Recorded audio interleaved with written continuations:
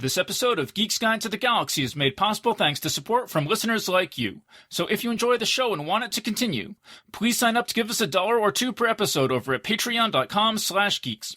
And I want to give a special thank you to Samwise Kreider, who just signed up this week to support us on Patreon. Alright, so now let's get to our show.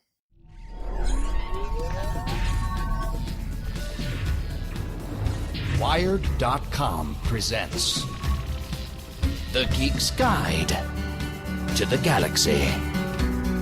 And here is your host, David Barr Kirtley. Hello, and welcome to episode 377 of Geek's Guide to the Galaxy. Our guest today is Matt Bell. He's the author of the short story collection A Tree or a Person or a Wall, and the novel Scrapper and In the House Upon the Dirt Between the Lake and the Woods. His writing has appeared in the New York Times, Tin House, and Conjunctions, and he's also the director of the Creative Writing Program at Arizona State University. And we'll be speaking with him today about his nonfiction book Baldur's Gate 2 from Boss Fight Books, which explores his love of Dungeons & Dragons and video games. And now here's our interview with Matt Bell. All right, so we're here with Matt Bell. Welcome to the show. Thanks so much for having me. Okay, so you say in the book, when I was growing up, almost everything I loved was deeply uncool and embarrassing. So tell us about that.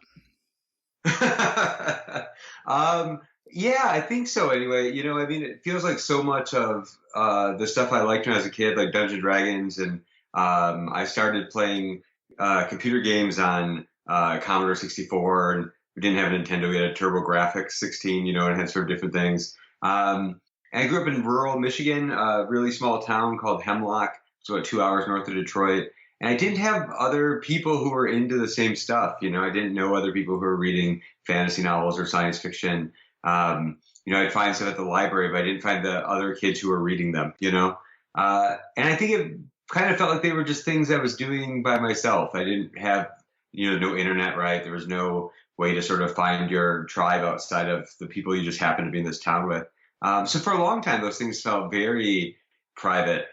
And when they did come out in public, I remember reading like Dungeons & Dragons manuals on the bus and stuff, right? And other kids either thought it was weird or picked on me for it. So you just kind of learned to put all that stuff away. You think things were worse in Hemlock than elsewhere in the country? I mean, I don't think so. It feels like that experience is pretty common, right? But I obviously had no point of comparison. I think you meet other people later in life that are coming from similar places or had the same thing. I don't think it's all bad. I think there's something, it's really, really hard now to have something to yourself, right? It's hard to be into something that you don't know that other people are into because it's just so easy to find people online in that. But there is something really interesting about having like a novel you love be just yours. Even if it doesn't always feel good, there is just like that deep engagement personally with something. There are, books that I was taught in grad school that I was the only person I knew who'd read them for 10 years. I'd give it to other people, but I didn't know anybody else who like knew it before me. And those were really private pleasures. It was weird to go to grad school and like, oh, everybody knows this book now, So I don't know. I think that long engagement with some of that stuff by myself was good long term. I spent more time reading Dungeons & Dragons manuals when I was a kid than playing them. Yeah, that makes sense, Yeah, me too. I think that's a pretty common experience. I mean, were there any like specific incidents of kids picking on you because you liked fantasy and science fiction that kind of stick out in your mind?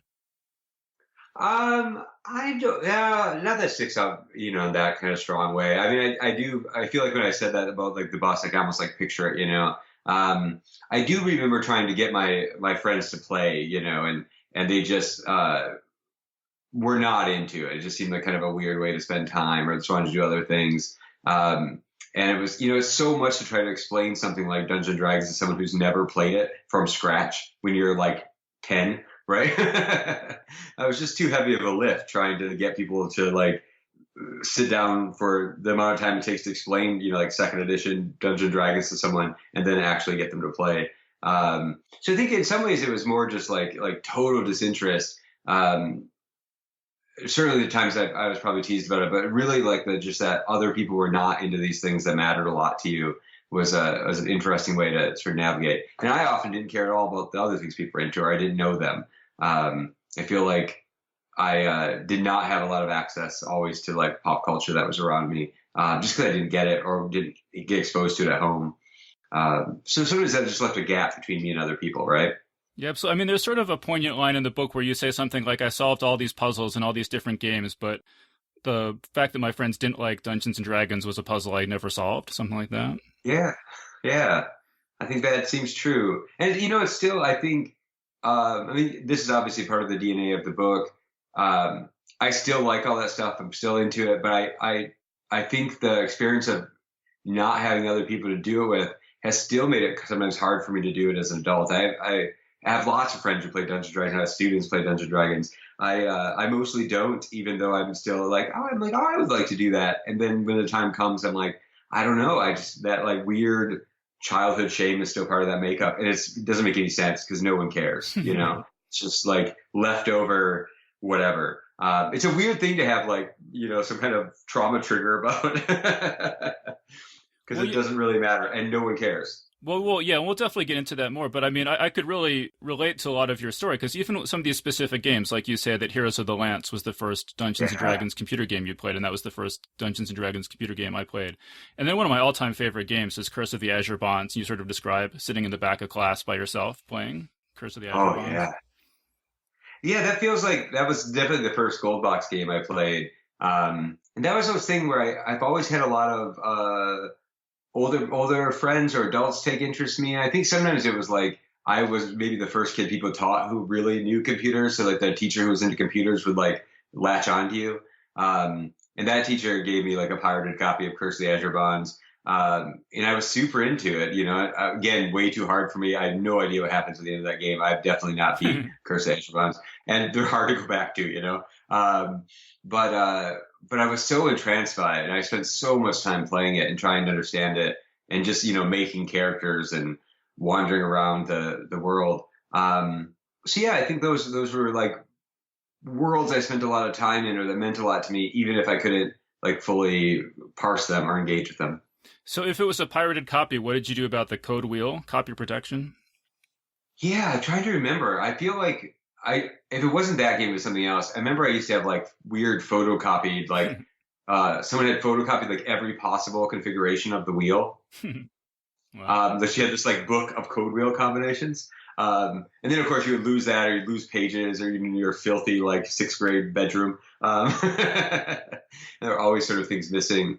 I definitely grew up in an era of like heavy pirated games, and my dad was a computer programmer, but we used his computer, so he didn't really play games. But I had cousins who like I remember gave us like 200, floppy disks full of Commodore 64 games. I don't think we ever bought a game for the Commodore 64, but played a lot of that stuff. And so it was very, very normal to have these pirated copies. And some of them had cracks applied, right? Like you'd have those logos that would come up from the old like character art, from some hacking collective that had put their stamp on the game. Tons of that stuff where they removed the copy protection. I didn't really understand that world or what that was at the time, but I remember those sort of homemade logos quite a bit. One of the formative experiences is actually when I was in sixth grade, my best friend, who I had played all the adventure games and all the role-playing games with growing up, he was almost like my brother. He basically lived at our house, but he decided that he wanted to get in with the cool kids, which necessitated kind of ditching me. And in the months leading up to that, he said, I just wanted to play Curse of the Azure Bonds all the time. And I just remember him saying, there's more to life than Curse of the Azure Bonds. And that line is kind of burned into my brain. Now that I'm an adult, I kind of feel like, no, there's not really. That game rocks, but right. I've been recently, actually, I'm right now in the middle of rereading the Dragons of Autumn Twilight. I went camping a couple weeks ago. I'm like, that would be a good like campfire book. This is probably where I read it as a kid the first time, sitting in my parents' camper or something on summer vacation. And I started reading it, and then of course it made me want to like play those games. And I was like, I wonder if I could beat that Heroes of the Lance game now. And I remember when I was writing the Baldur's Gate book, I also like loaded it up, and I was like, I've got to be able to beat this now. I'm an adult. I'll be able to do this. It should be fine. And they're just really hard and unforgiving, It's also just an awful game. I mean, it's not fun at all. It's really bad. Yeah, it's not worth your time. But I remember the portraits of the characters, right? Like I played that game years before I read the novel. And those character portraits and the like CGA graphics are like burned into my head.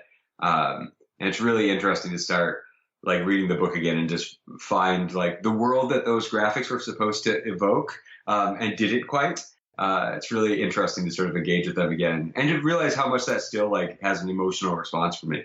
Right, and just to explain for younger listeners, so CGA graphics had 4 colors, which were typically black and white, like turquoise and magenta. So, I mean, we're talking some ugly colors, combinations of colors. Yeah, I mean, I know I wrote about this in the book some too, but I think that way in which you had to bring so much of your imagination to those kind of graphics, kind of to make them work, right? There's something similar to what you're doing when you're reading, and the part of you that's seeing and imagining as you're reading, I think works on those games too, and they do feel so different. I mean, my memories of Baldur's Gate do not match up with playing Baldur's Gate, right?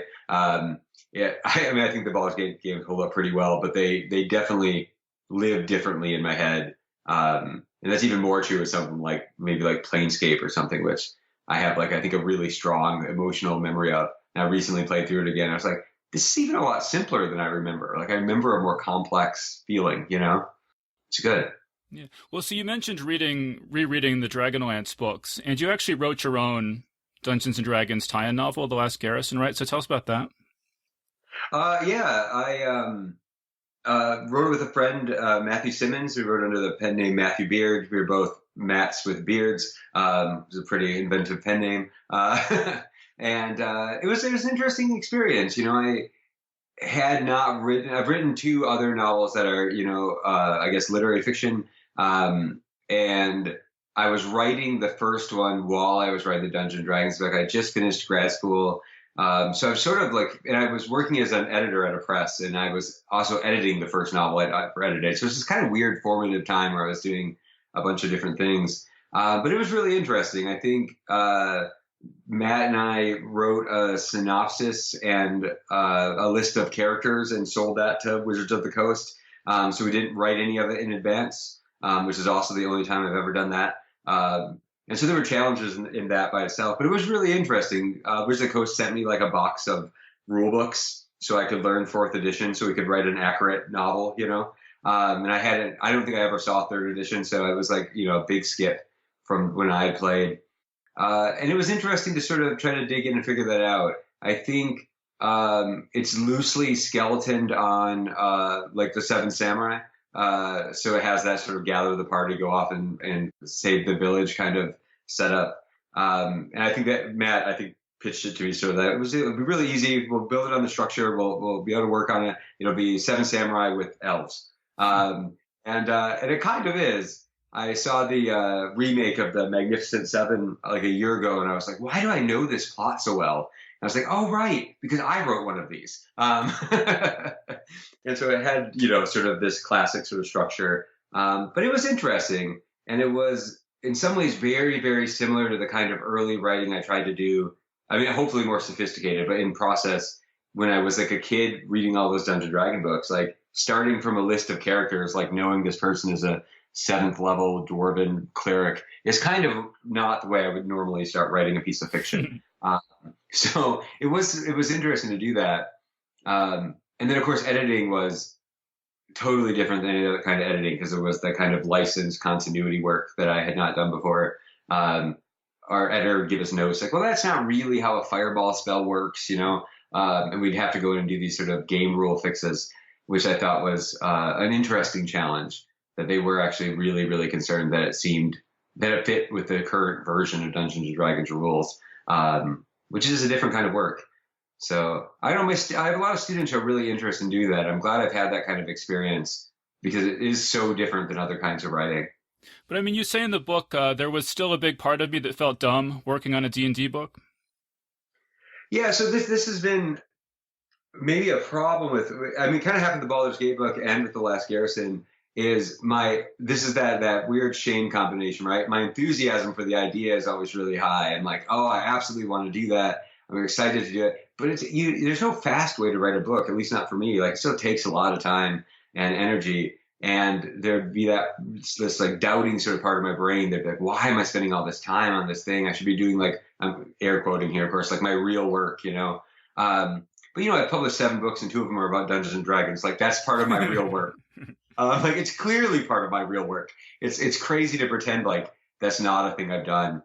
And I think in a public way, like I don't care. I wouldn't write it under a pen name now. We're just under our names. I talk about these books all the time. The Baldur's Gate book has a completely different audience than my other stuff, and it's really exciting to get emails from people who are, growing up playing this stuff and had similar experiences, or younger people now who are, feeling similarly about it.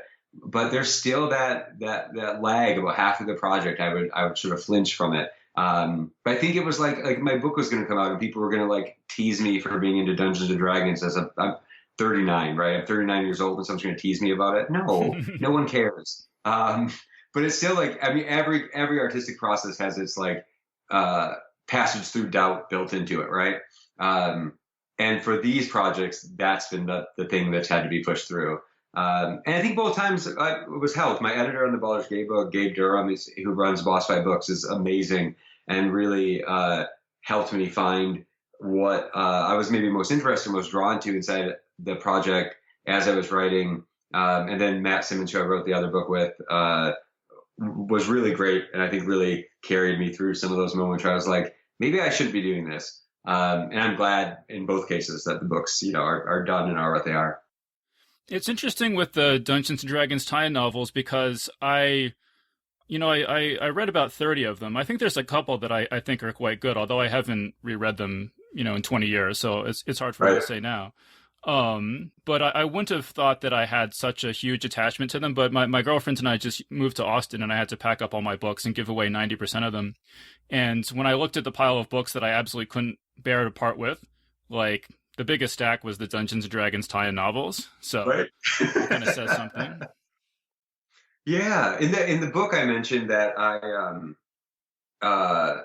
had this like box of them. They just kept moving from house to house to house. I just kept taking them with me, but then I wouldn't put them out. And I was like, I don't know. I'm sitting in my office right now and there's 500 books on the shelf. And it's like, I wouldn't like put those out for some reason.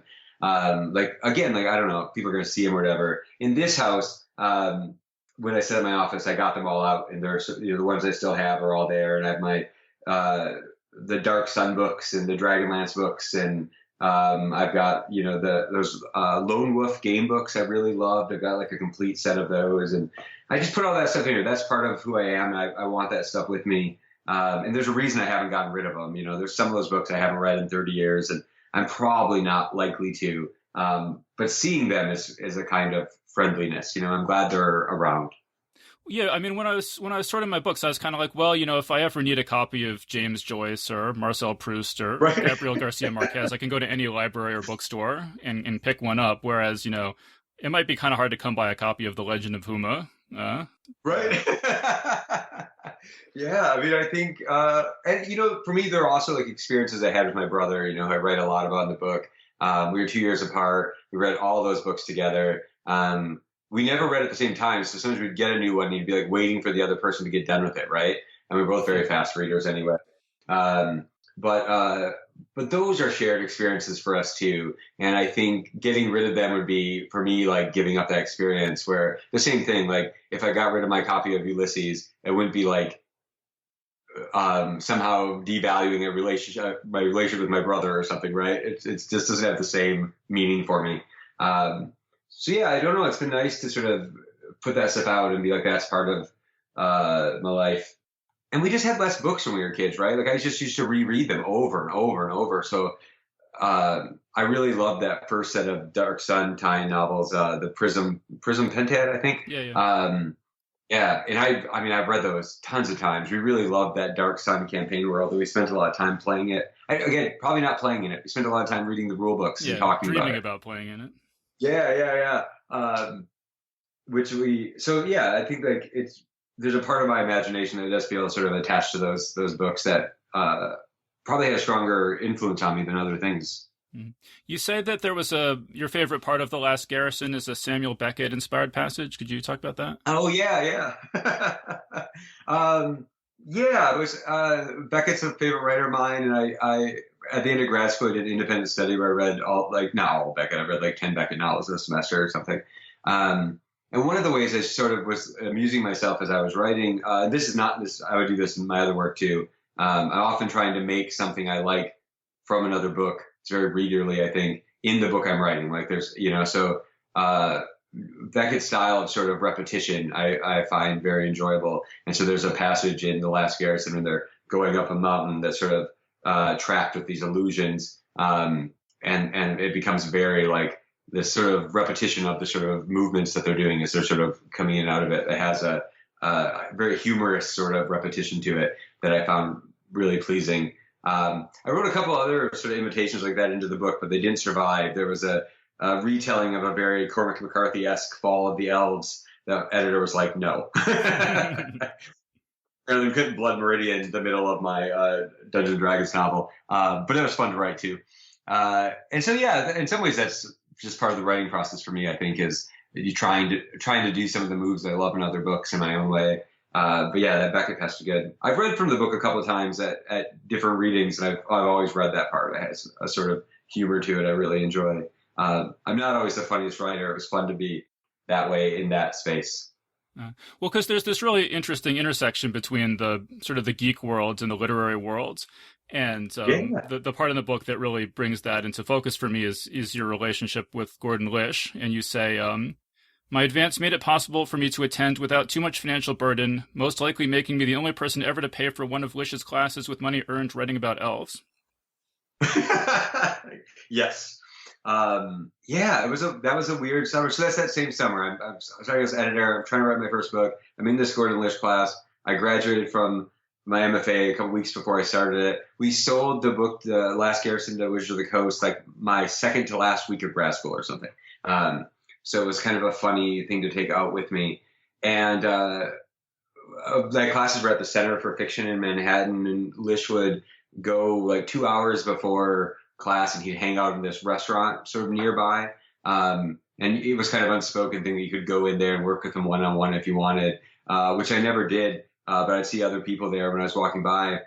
And one day I kind of went by and I didn't see him in there. So I was like, okay, I'm just going to pop in there and get something to eat for class. But he wasn't there working with somebody else. So I kind of hunkered off in the corner and ate my sandwich and worked on my Dungeons & Dragons novel.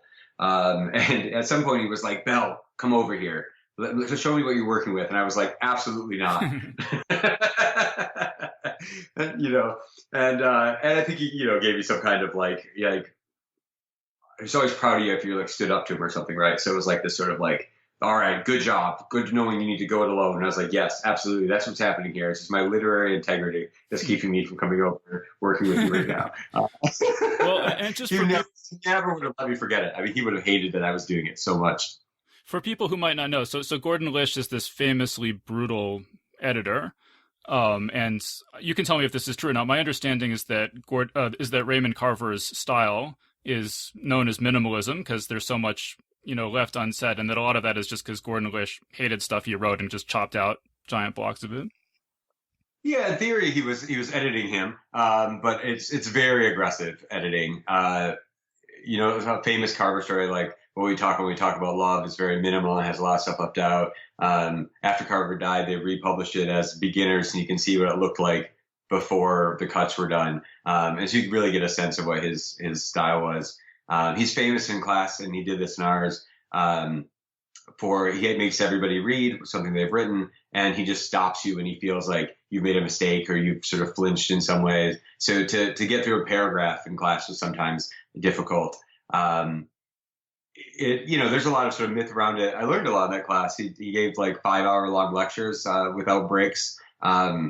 Really smart guy. But yeah, it's a pretty like aggressive performance of sort of teaching you by, I don't know what the word for it is. Well, but yeah, very, very often one sentence he'd be like, stop it, I mean, do you feel that he could have been just as effective as a teacher and been nicer, or was his sort of tough love approach inseparable from his effectiveness as a teacher? I don't know. I think partly people go there for that, right? It's like there's a trial by fireness to it. He would call it his teaching a performance himself, and I think that's really what's there. You're partly there to learn, you're partly there for the show. I think the people want the chance to survive that, right? Teaching creative writing classes don't work that way very often, and for good reason. I mean, I would never want to teach that way myself. But yeah, people were very, very proud of it. He's the most charismatic person I've ever met. Talk about words I learned from Dungeons and Dragons, right? I remember like the first time I saw him speaking, I was just like, oh, like that's what people mean when like a cult of personality. Like that's real charisma. It's a personality that bends you toward it in a way that I do not normally experience people. I'm not particularly like overwhelmed by famous people generally. And I was very resistant to that part of him and still felt that I wanted to please him more than it made me happy to do. And that's a very rare feeling. So I don't know. It's complicated. Like it's really specific to him. It's probably not something somebody else could or should do. I'm glad I saw it. So many of my favorite writers sort of passed through his classrooms. I was glad to get to see it. And I, didn't need a second dose. Well, but because I feel like I've taken a lot of creative writing classes, and I feel like a lot of them, everyone's just like, oh, this is good, maybe you could fiddle with this thing, but like, you're a good writer, I like this, and a lot of then students come out of these workshops and go to submit their work and it all gets rejected, and they're kind of like, wait, what's going on? I thought I was good, and why is my work getting rejected? And that they might have benefited from people being a little bit more, blunt with them, or yeah, maybe, yeah. I think I would say I never saw him praise something that I didn't also think was like really extraordinary. Like he really reserves his praise. Like when you earn it, it's real. I did, of course, sometimes hear him say no to something that I was like, well, I think that was probably fine. But the standard was high, and part of what he does is just make it like a sacred thing. Like you're not screwing around. Like it's life and death in his class. And that by itself pushes you in a way that, again, not all creative writing classes do. And, but it's bad for as many people as it is good for people. I probably shouldn't tell other people's stories from the class, but there were people that I felt like were really good writers, and the process of that sort of way of interacting with them in class and interacting with them sort of personally outside of class was in the way of their work for a long time after the class even. And that's too bad, because shouldn't be the goal. Yeah, I think it's mixed, but it is like the harshest sort of environment to sort of test your work in. And he is looking for kind of a specific kind of thing. But like I said, I'm glad to have seen it. I feel like some of the stuff he teaches, I talk about a lot and think about a lot. I took tons and tons of notes. And it was a good experience. It was good right after my MFA for the same reason you're describing. Like my MFA program was great, but that kind of intense difficulty of that right afterwards felt like the right next thing in some ways. So yeah, I'm glad I was there. And like I said, it really is kind of a weird thing to have gotten to. I wouldn't have been able to do it if I hadn't written the Dungeons and Dragons novel. So kind of a funny year in a lot of ways. Well, you mentioned life and death. Apparently he was just constantly reminding you that you're going to die in order to motivate you to write. Yeah, to some extent, I think. Yeah. I don't think this is unique to him, but, if you're a secular person, one way toward immortality might be to leave something behind that people still talk about and still think about. And then that way you're there too. If the art you make is being discussed 100 years later, you won't know about it, but like, your ideas are still in the world. Your personality is still in the world. The way you saw the world is still there. And I think that was some of what he was saying. Like to make a thing that would last and would matter is not to vanish, And that's pretty dramatic. But at the same time, there's obviously truth to that too. I probably shouldn't admit this, but, when I'm working on this podcast, a lot of the times I'll think, is this going to be clear to people 1,000 years in the future, or I just imagine like grad students like going through the files and seeing like, oh, he made an edit here. I wonder what he cut out and stuff like that. Right. Absolutely. Yeah. I don't think that's a weird thought. I think we all wonder what of ours is going to sort of last or stick around. Things seem so ephemeral and fast moving. I think that's a fine thought, and probably an important one. It's one of the reasons to do all of this stuff is to, I used to do more book criticism than I do now, and I used to do a lot of interviews, not in written form, not in podcast form, with other writers. And some of it was just trying to like get the things I liked and cared about in front of more people, right? Obviously, some of your podcast is the same thing, and that was just a way of trying to give them like more space in the world, so let them take up more space. That seems like an important task. Now, you said that, for, I don't know, 10 years or something, that you avoided writing anything fantastical. And then you sort of took a swerve back into that and you felt like it really improved your writing. Could you talk about what made you kind of take that journey? Yeah, I think the move away, which I think is pretty common, I see in students all the time, was me trying to like be serious or be like a serious writer, or be taken seriously. And that meant I had to do that kind of work. Some of it was just the people that I loved when I was in my early 20s were realist writers like Dennis Johnson, Raymond Carver was like somebody, Amy Hempel, people like that they're not doing the kind of fantastical writing. Some of it was just that it wasn't what I was like imitating at the time or learning from. But I really think some of it was just me trying to like prove that I was like a serious literary writer, for whatever reason. And again, to who, I don't know. But so I did that for a while. In a similar vein in that era, like it's probably the only period of my life where I didn't play video games at all, right? Like I sort of like got rid of my consoles and I wasn't playing anything. And I think there was a bunch of that stuff that just got put aside. And then at some point it all started filtering back in. I think a lot of the literary fiction I like best is very genre reflected. People like Jonathan Lethem and Michael Chabon, writer Brian Evanson is a really big influence on me who interfaces with sort of horror a lot.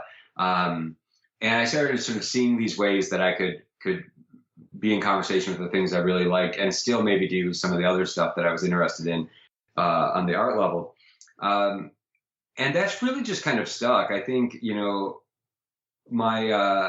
my first novel has sort of a mythological framework, has a lot of magical things, and I think of it as a myth. The second novel is a kind of crime novel. Just finished a new book that takes place over 1,000 years and is a pretty heavy science fictional element. I think in some ways, one of my goals has maybe become to write a book in every genre that I love. Like I feel like I want to have my crime novel and my myth and my fairy tale and my fantasy novel and my, and so on. And that seems really exciting. I think I was trying to write with one hand tied behind my back when I wasn't doing it. It's like so much of your imagination comes from the art you love and the art you've taken in. And I was essentially trying to start at 20 as if I had never read another book by giving up everything I read to that point, and it just didn't make a lot of sense. I get why I did it, but I'm really, really glad to sort of feel a little more whole and to have both those things in my life. Probably writing the Baldur's Gate book is part of that process. I think, even though that same doubt came into that, I think it was a way of sort of publicly stating that I wanted these two parts of myself healed, You mentioned Dennis Johnson as a non-fantastical author. I read a book of his called Fiscadoro, which I thought was a pretty apocalyptic novel. Yep. Had that not come out yet, or were you not thinking about it? No, I've read that too. Yeah, absolutely. Yeah, that book's wild. I like Fiscadoro a lot. Yes, and that's a good example of his book that's like much more in sort of a different mood. But yeah, that's a cool book. Very strange. Yeah. I mean, I thought that there was some Fiscadoro influence. You had me read some of your short stories. I mean, you didn't force me to. I asked you to recommend some that that you thought would be more would more appeal to science fiction fans. And so the ones that you recommended were Receiving Tower, Inheritance, and Cataclysm Baby. I did think there was some Dennis Johnson influence that I detected there. But could you just talk about those stories and why they might appeal to science fiction fans? Sure. Yeah. I would say there's probably Dennis Johnson influence in everything of mine. I think the first short stories I published were essentially like Jesus' Son fan fiction, right? It's just like, what if Jesus' Son had 3 more stories and they weren't as good?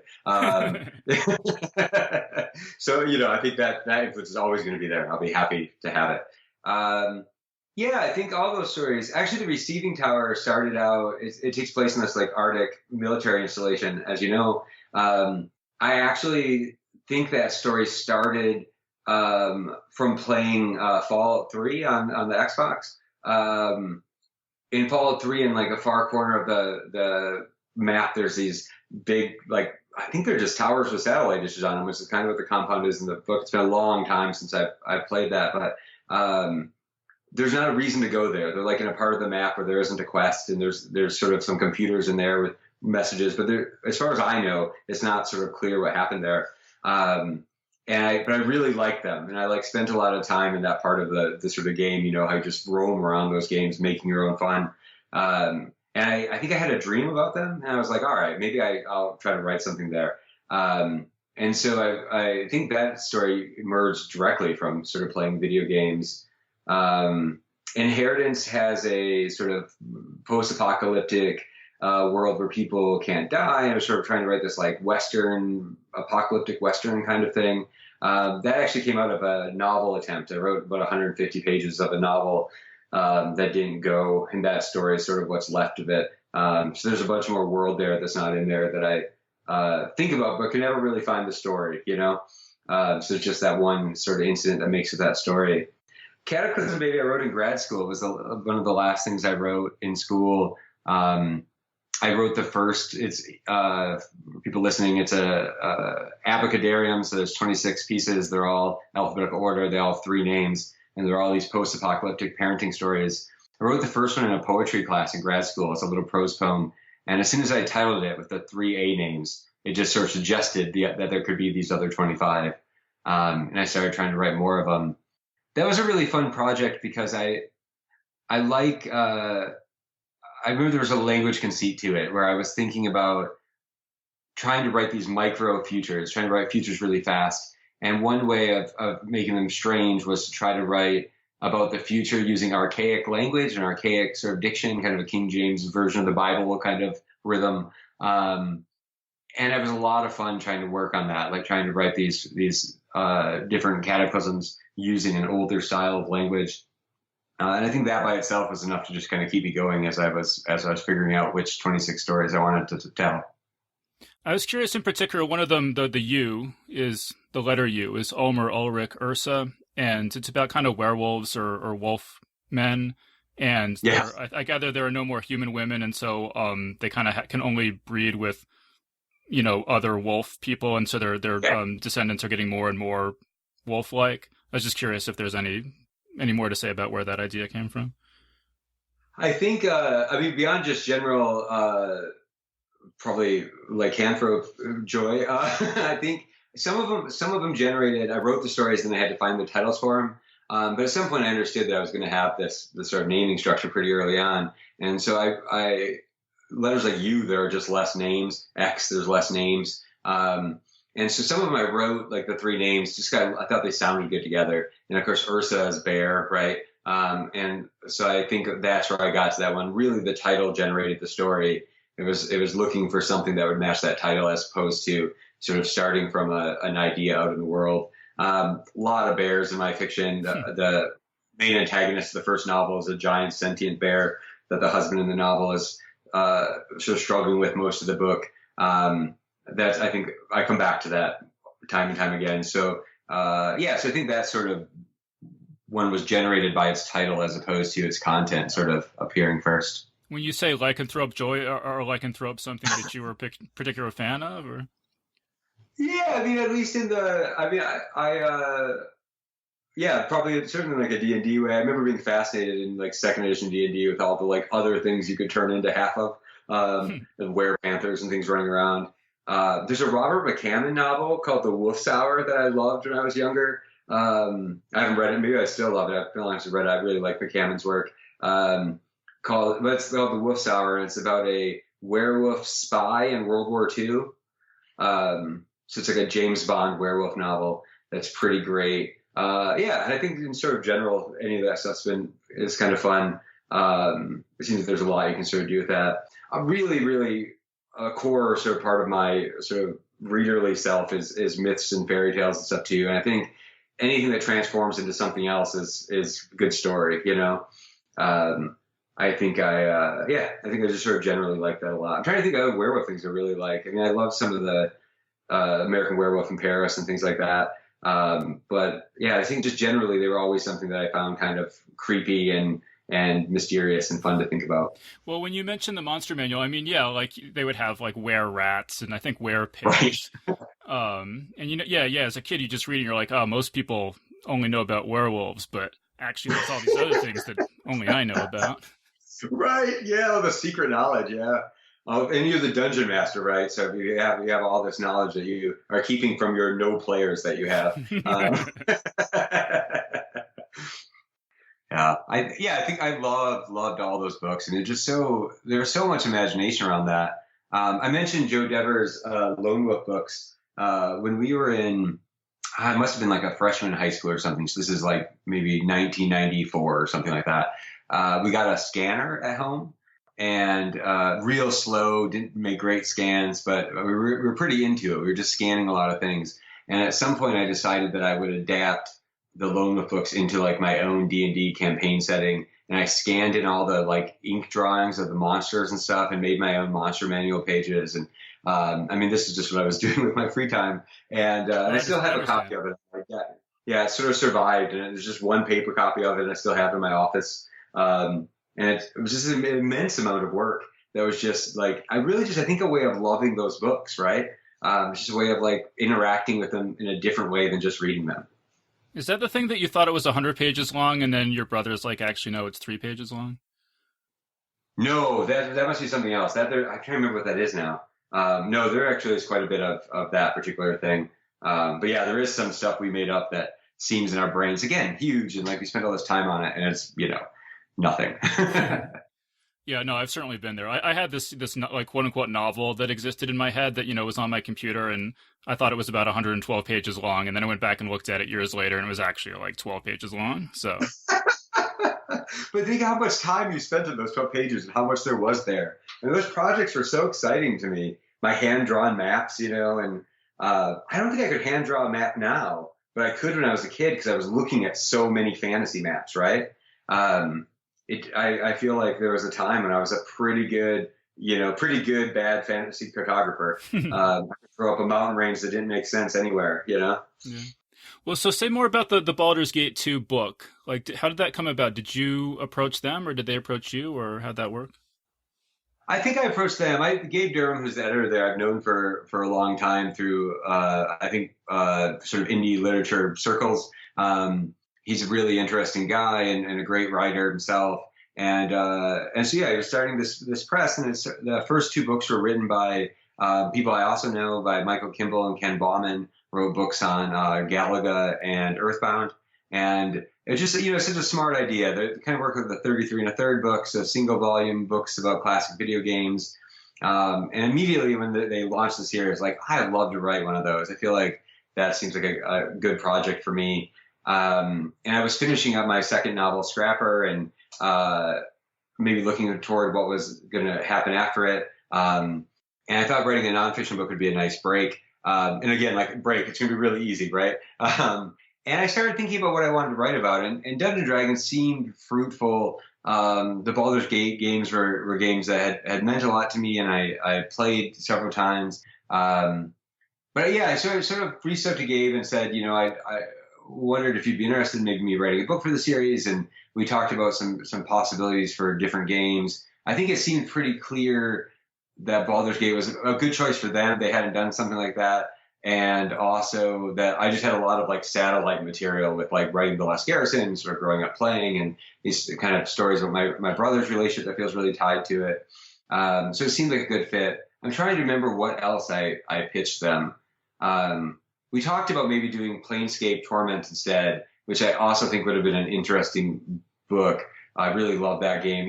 So much of the stuff would have been the same, but I think for whatever reason they were more interested in Baldur's Gate. Talked about Dark Souls possibly, which I really, really love those games. But I actually think that would be a really hard book to write. I know there is a book or 2 out on it, but I didn't know that I had the stuff that went around it. The sort of half memoir, half criticism blend was easier to talk about.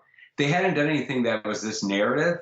The challenge of talking about the story of Baldur's Gate is its own separate issue as opposed to game mechanics. You imagine the book about Galaga does not have this problem, right? I honestly, I was wondering, like, how can you even write a book about Galaga or Super Mario Brothers 2 or something? I'd be curious to read what people actually say that fills up a book. And those are both really good books. I think those both work really well, but they obviously have sort of a different take. So sort of us sort of deciding together what I might write about. And then just sort of agreed to do it, which was great.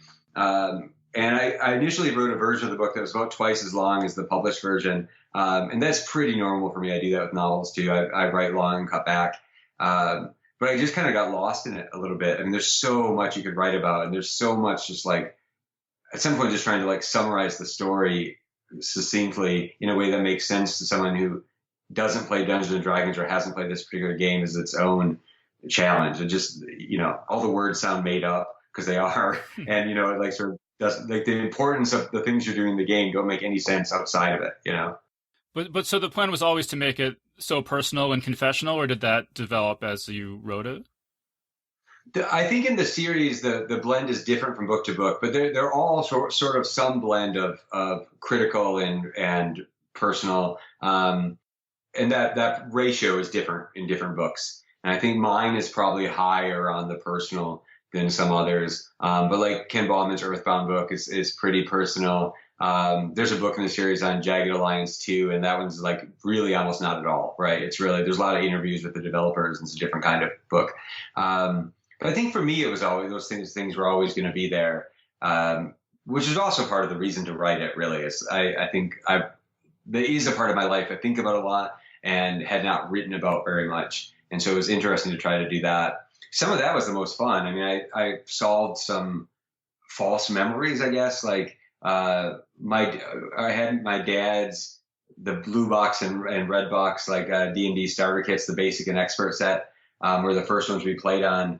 And my dad had this story about where they had come from. They had bought them in college because people were playing. And but then I just started like doing the math, and like they didn't come out when he was in college. They came out when I was like 3, and my dad had been out of college for a couple of years. And so we kind of went back to him, and we're sort of pushing on some of those memories. And we just found that he's like, no, you're right. What really it was, I bought these books when he was 26 or 27, and he had I'm going to forget the kid's name now, but James Dallas Egbert. Yes, thank you. And he had read about that, and he thought, I want to know what it is about this thing that could make someone like, he had the full like myth version, right? Make someone like lose their mind in that way. And my dad wore a 3-piece suit to work at Dow Corning as a computer programmer in the 70s and 80s, and I had this picture of him when we were 6 years old coming home and like reading these Dungeons and Dragons books after work. And it's so incongruous to me. I can't really picture it. But it's really interesting that it was much later in life than I thought it was. And I really had this interest in other people's fantasy imaginings to some extent, which I just hadn't really had that access to with him. So it was really interesting to go back and sort of get to tease out those memories. My brother's always stayed really attached to that part of our life, and like he has most of our fantasy books. I think he still has a lot of those D&D rule books and stuff at his house. And so it was also fun just to talk to him a lot and sort of engage our lives there. We don't live near each other anymore, and it was exciting to get to do that work. Well, I was curious, because you mentioned you have this brother who it seems like never went through any of this phase of like feeling embarrassed about loving fantasy or any of that.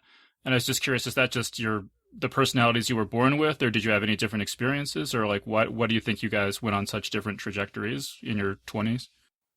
Yeah, I think I don't know entirely. I think part of it is I always my whole life like wanted to like grow up like as fast as I could, right? I just like wanted to be like one of the grown-ups, and I wanted to be taken seriously as a kid. Like a thrill for me is even like a really young kid was like to sit with my like dad and my uncles and like be part of the conversation, And so I think there was some of just trying to like get rid of some of that stuff or hide it, from view so that I could, be grown up or something. I think one thing that might be a little bit of it in the sort of college era is I dropped out of college a couple of times and went back later. I finished college when I was 26. And I think there was maybe a need sometimes to be serious and to make up for that or something, right? Or I was going to prove my worth in this other way. I started writing seriously when I was dropped out of college. And I think it was like this other place I could succeed if I wasn't going to succeed at college, right? So maybe that's part of it. But he really has no sort of break. I mean, I think he just stayed with it. He also, not that my wife was keeping me from doing any of this stuff, she's not a person who grew up with like fantasy stuff and isn't necessarily as into it on her own. Although she got very, very into Game of Thrones. So, I think some of that has changed recently. But I didn't talk about this stuff around her. But my brother married a woman who's equally into video games and into Dungeons and Dragons and fantasy things that, we used to play Dungeons and Dragons at their house when we lived together in Ann Arbor. And so it was also like his social situation, his romantic situation all had room for that. And it wasn't something that he felt like he had to give up. I don't think I ever had to give up anything, but he felt like didn't feel like he had to give it up. Like maybe I felt like I did. So I think that's part of it. He sort of stayed around other people who were still doing that stuff. He also had friends in high school and middle school who were into it. I didn't. And I think that's part of it too. I just didn't have the social network to sustain it at the era that I probably would have had to. But I'm back in, I play video games all the time. I'm reading a lot of science fiction these days. My birthday was this last week, and my wife Jessica bought me the 5th edition essential set that has rules for playing with 2 people, which I think is her saying we're going to play Dungeons and Dragons together. So it's kind of fun to sort of engage that again, and it seems interesting, like to be 15 years into my marriage and be like, oh, now maybe we'll play Dungeons and Dragons together. But that seems really exciting, kind of fun. I think it's interesting how it's come and gone, but I think that these things are back in my life feels like a joy to me. I really do like that part of my imagination. It's nice to get to engage with it again. I mean, is part of it that you've been in this academic environment where it sounds like there are more people who aren't into fantasy and aren't into video games? Yeah, that's probably true to some extent. It's, the thing is, those students are totally into it, right? I taught a class last year on climate fiction and ecofabulism and the new weird for undergrads, and had 25 writers in the room, and it was all science fiction and fantasy novels that were dealing with environmental things to some extent, and the students were so in just because they were really being encouraged to write this kind of stuff they loved. Where I think in a lot of creative writing classes, this, right? Like students are sort of told they can't write fantasy stories, they can't write science fiction stories. And so really getting to do that. The last day of class, the entire class cosplayed as characters from worlds of their own making. And so we saw these students dressed as like their own characters in class, and they were thrilled. They were so happy, to get to do this kind of stuff in that environment. And I think that's a lesson to remember. I'm teaching a class next fall on world building. And I know that class is going to be full and people are going to be really into it. And it's going to be really exciting. So I think the students are the place where like there's a lot of my kind of people to sort of interact with. It's true the grad students too, who are just, again, like I think it's more popular now. If you're 21, God, how many years of like Marvel movies have we had now? We had 10 years of Game of Thrones. Like you show up the end of undergrad at 21, you had 10 years of that stuff being the most popular stuff in the world. They all grew up with Harry Potter. That's everybody's prime original literary experience now. If you don't take that from them, you can build on it. It's really exciting to be around students who are there for that. I had a friend of mine who told me that every creative writing student you have in like an intro class is usually in that room because they love like one book, right? Like you can introduce them to everything else, but there's some book they deeply, deeply love, and that's why they want to write. They just want to make another one. And for so many of them, it's Harry Potter. If you walk in the first day and you're like, Harry Potter's dumb, let me teach you about Ernest Hemingway, you just lose them immediately, But if you say like, it's great to love Harry Potter, maybe we'll also love Ernest Hemingway, then you can do something and it's exciting. You don't have to give them up. That to me is like the long lesson of like my life in literature, is that I can have both things and as many things as I want. And I hope that's what students are getting out of spending time with me in class as well. Well, I heard you say on Brad Listy's podcast that 80% of the students want to write fantasy and science fiction, and for them not to be allowed to seems like a pretty dramatic mismatch between what they want and what the colleges are offering. Yeah. I think, yes, I think the prohibition is partly writers thinking that stuff is is dumb in some way, or that they should be doing serious literature, and with all the air quotes applied to possible. I think really it's often, this isn't always the case. Sometimes it's the professor covering up a lack of their own reading. If you say you can't write fantasy stuff, then you're not responsible for knowing how that works, right? Like if you don't read any fantasy novels, you don't read any science fiction, it's really hard to help people write it. You just don't know that genre. So by saying that stuff isn't any good, frees you from the experience of having to like learn it. My own writing is pretty particular. You know, I think I'm kind of an atypical writer. My novels don't really look like a lot of other people's novels. I think it would be crazy to expect all my students to turn out like me. I don't think that would even be good for them, you know? I feel like my job as a professor is to read really widely and to sort of like meet them where they're at and be interested in what they want to make. And it's exciting that so many of them want to make fantasy novels and science fiction because it gives me a chance to talk about that stuff as well and to learn from them. I mean, they know so much. You know how it is. I mean, I'm sure in this podcast you're constantly talking to people who you deeply, deeply, deeply know these genres, and my students do too. You know, they've got a wide, deep knowledge there to draw on, and they might not if they're trying to write. You know, show them one Dennis Johnson story, and then you're like, do that. It's going to come out exactly the same. They don't have that same wealth of experience to work from in the sort of art life. So I don't know. I feel like it's important to sort of meet them wherever they are. I hope even if I didn't like it, I would do it anyway for them. But maybe that's easier said than done. Yeah, yeah. So were there any responses to the Baldur's Gate 2 book that stick out in your mind? Yeah, I think, you know, the interesting one for me is that my family reading it, because so much of it's about that. And I'm the oldest of five, and my youngest brother and sisters are 10 years younger than me. And so a lot of the era that I'm writing about happened when they were like either not alive, or then the older parts I'm writing about are when they were really kids. And it was interesting, sort of like, they just didn't know about that part of my life, right? They were too young to sort of remember me being 18 or something, right? And they all took it in interesting ways, or like it was this point of like connection for us to talk for a while. That was really interesting. I think out in the world, the interesting thing has been, of course, both meeting lots of other people in my life that are already in my life that I didn't know were into this stuff. And you sort of find out that they're, you know, also want to talk to you about it, or are glad to know somebody else who likes it. I've got a bunch of emails from young people, you know, 18, 19, 20, who feel the way that I felt when I was younger, and felt like I love these books and I love these games. And I felt like they were important to me, but also isolating in some way because other people didn't love them. And those mean a lot, right? Whenever you write something nonfiction, I don't write a ton of it. That feels like people connect to on that personal level.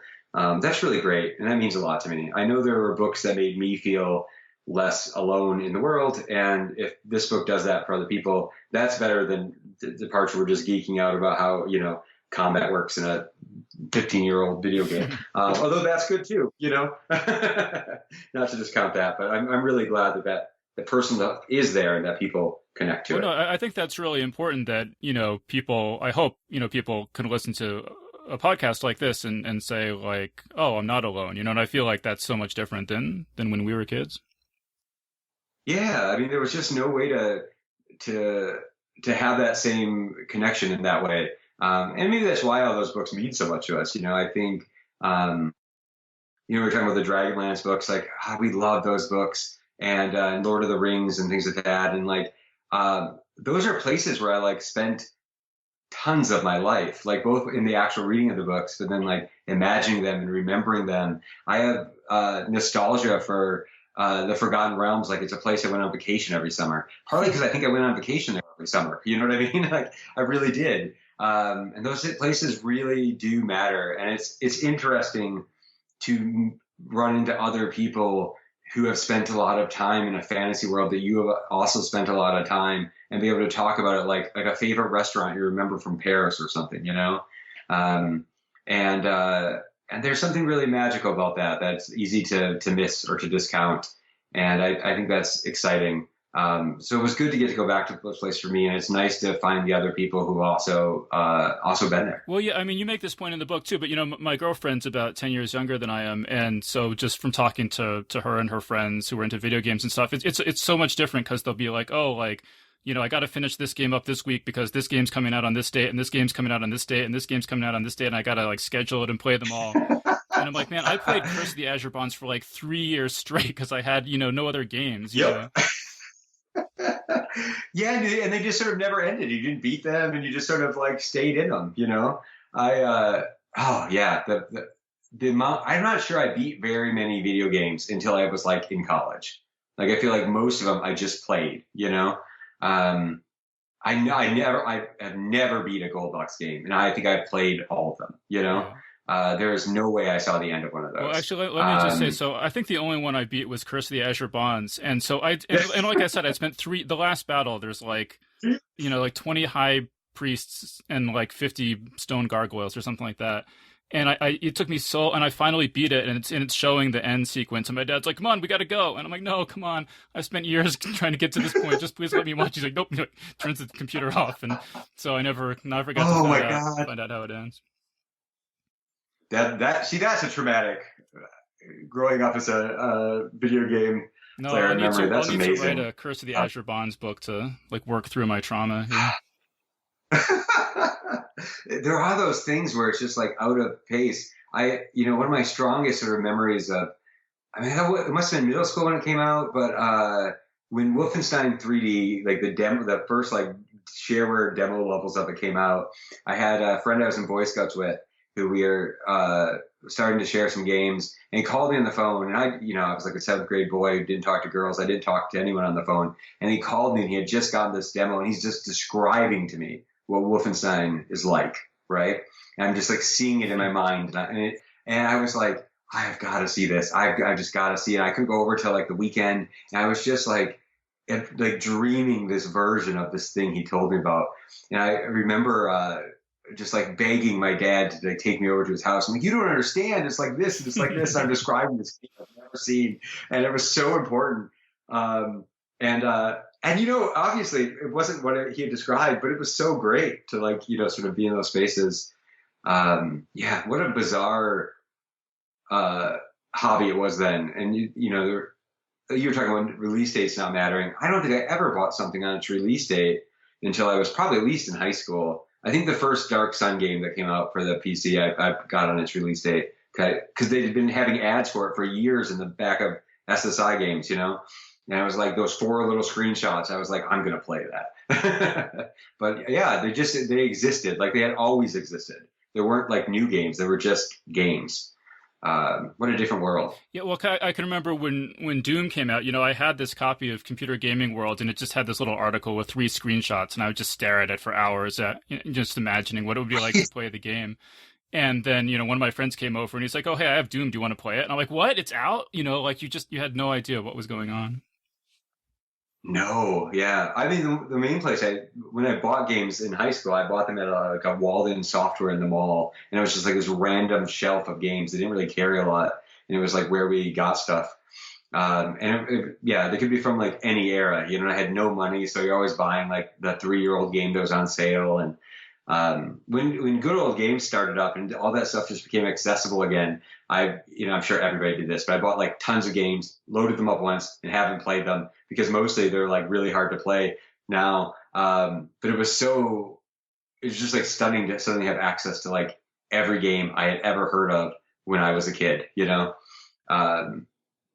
like a weird nostalgia buffet.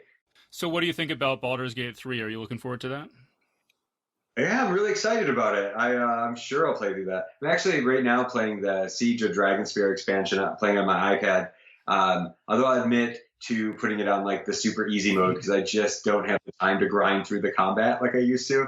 But yeah, Baldur's Gate 3, I'm sure I will play. It's the same people who are making the Divinity Original Sin games, right? Yeah. I played the first one of those, but not the second. But I like that a lot. So it seems like the right people to be doing it. And I'm excited to see what it'll be. I feel like Dungeons & Dragons games have suffered in recent years, and it would be nice to see a really good one. Yeah, my former co-host, current producer on this show, John Joseph Adams, his group plays 4th edition Dungeons & Dragons, and he's like, I just want one game, one computer game that just is 4th edition rules, and I don't think there's anything, not that I know of. No, I don't think so. Nothing good anyway. It seems like fourth edition is so video gamey. Like it feels like, I mean, I didn't really play World of Warcraft, but it feels like it's built to be like a World of Warcraft version of Dungeons and Dragons. So it seems like it should video game really easily, but I don't think they're going back. The heartbreaking thing about The Last Garrison was that it came out, they were hired to write it when they were trying to make fourth edition happen. It came out when they were abandoning it. And they were like, okay, we're going to move on as fast as we can. This isn't working for people. And our editor told us that because they were winding down fourth edition, they were cutting the map budget for our book. And so we didn't get our fantasy map in the front of the book. I kind of feel like there's no reason to write a Dungeons and Dragons novel if you're not going to get the map.